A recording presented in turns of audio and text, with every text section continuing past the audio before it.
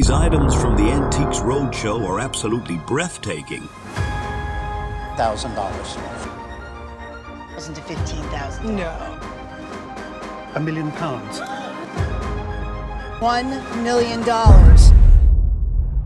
No, but I wrapped myself up in a package and sent myself over to Hawaii. This segment features a guest who brought in an original Madam Puppet from the 1970s sitcom Madam's Place, created by Wayland Flowers. You brought something really cool today. Why don't you tell me about it? Well, when Wayland Flowers was first starting out, one of his first jobs was in Provincetown at the Pilgrim House. And my friend Dana found out that it was Wayland Flowers' birthday. So he threw a surprise birthday party. But he was a pretty impressive guy. He was one of the early actors who came out as openly gay, which was a big breakthrough. Yeah.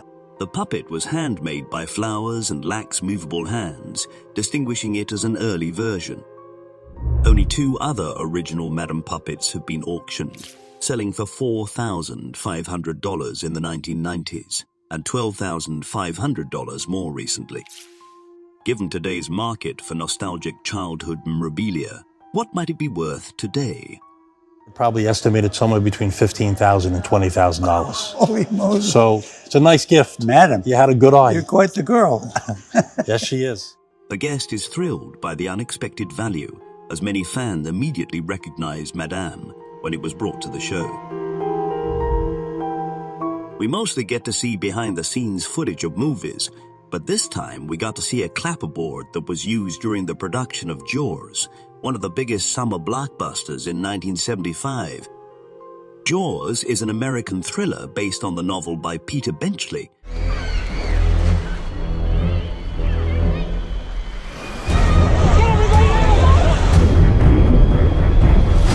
It was the first motion picture to be filmed in the ocean.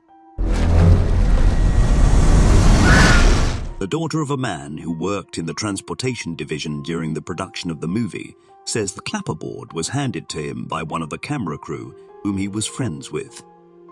A picture of her father with a character from the movie, Bruce the Shark, was brought together with the board. No doubt he was part of the production. During the movie's production, her father lived in Martha's Vineyard. He was a bachelor at the time and lived together with some friends. Her mother was convinced that the board was worth a lot of money, so they searched for it and luckily found it. The family will, for sure, be jubilating that they did. The clapperboard was specially made for Jaws and was designed to imitate the opening and closing of a shark's mouth. It's a unique clapperboard and was used during the production of a popular movie, so it wasn't surprising to hear that at auction, the clapperboard would be popular with collectors. It's worth quite a bit to collectors. If this was to come up at auction, I put an auction estimate of $25,000 to $35,000 on it. Wow. All right. Cool. Their mother's instinct was correct after all.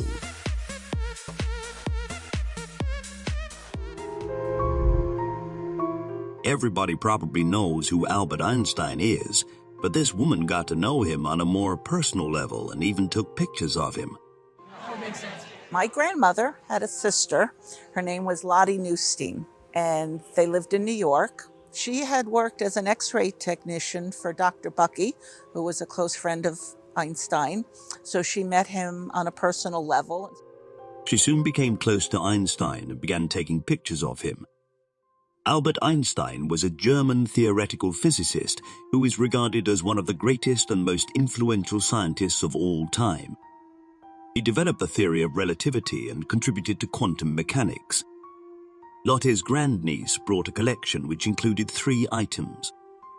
The first item was an original signed sketch of Albert Einstein that had been used as a cover of Saturday Review in 1955. It was signed by Einstein for Lottie's sister, Alice Schlesinger. The second item was a photograph of her aunt with a 1942 letter written to her aunt in German. First item there, your letter. It was done in 1942, and it's tough to translate. Someone who speaks German well looked at it and said, can't quite make it out. The third item is an autographed book of Einstein titled The World as I See It and was written in 1949. One of the things that I really love about this is when you open up and you can touch something that Einstein touched. I mean, it just sends a thrill. A lot of people would be fascinated if they had the chance to touch an object that Einstein once touched. The appraiser himself was quite intrigued. This would be in the value of $5,000, maybe a little bit more. Okay. 5 to 6. This one, 1951, and this is probably a $3,000 to $5,000 just for the signature. And then the last one is a nicely signed book, and again, you're probably in that $5,000 to $6,000 range because he didn't just sign it. So you have $13,000 to $17,000 in a retail value. Thank you so much. It's nice to know. Remember the Pokemon card fever was trending back in the day? Turns out it is now worth a pretty good amount of money. This 90s lady was obsessed with the Pokemon trading card collection and played them virtually everywhere with her friends. Like most 90s babies, I fell into the craze. We were playing with them on the school bus, trading them, and my mom bought me this set online. Her mum, however, thought she was being cheated in her Pokemon trades, so she paid $35 to purchase a complete set of cards for her from an online website during the late 1990s. The collection the lady had was the original Pokemon set from 1999, the first 102 cards released in the Pokemon game. It had 16 original holographic cards. Being a 90s baby myself, the Pokemon craze was insane. When we look at Pokemon today as a brand, as a franchise, Pokemon is an all-encompassing brand. It's unbelievable. Pokemon is a Japanese media franchise owned by Nintendo. The franchise consists of video games, animated series, films, trading card games, and other related media. It was released in 1996 in Japan, and later in 1999 in the United States. The name Pokemon is an abbreviation of the name Pocket Monster. The owner of the Pokemon card collection had come to the show with very low expectations for the collection because her friends had told her it would cost $50. Conservatively, at auction, we would say that your binder would be in the $5,000 to $10,000 range. Wow, much more than I was expecting. Back in 1871, my great-great-grandmother had a boarding house in Boston, and she housed the Boston baseball team. The first baseball team in the United States was housed by this woman's great-great-grandmother. She had a boarding house in Boston where the Boston baseball team stayed. Most members of the team played for Cincinnati Red Stockings.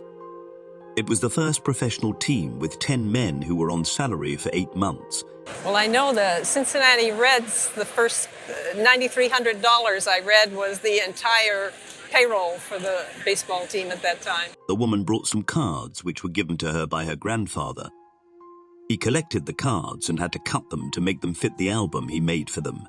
Well, what you have here are some of the earliest known 1871 photographic baseball cards. These cards are a sort of trading card that is printed on cardboard, silk, or plastic. The pictures were that of the players, which included Harry Wright, George Wright, and Albert Spaulding, who was the co-founder of a G. Spaulding sporting goods company. The album included letters to her great-great-grandmother that were signed by the players. They must have really loved her.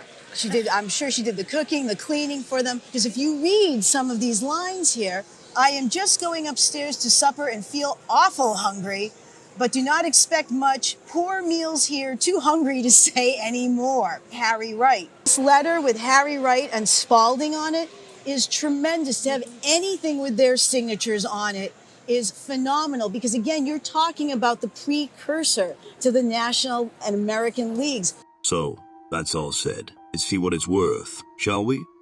I'm going to value this as an archive, everything here. If you're going to insure it, Insurance, okay. I would insure it for at least $1 million. Are you serious? Oh, my.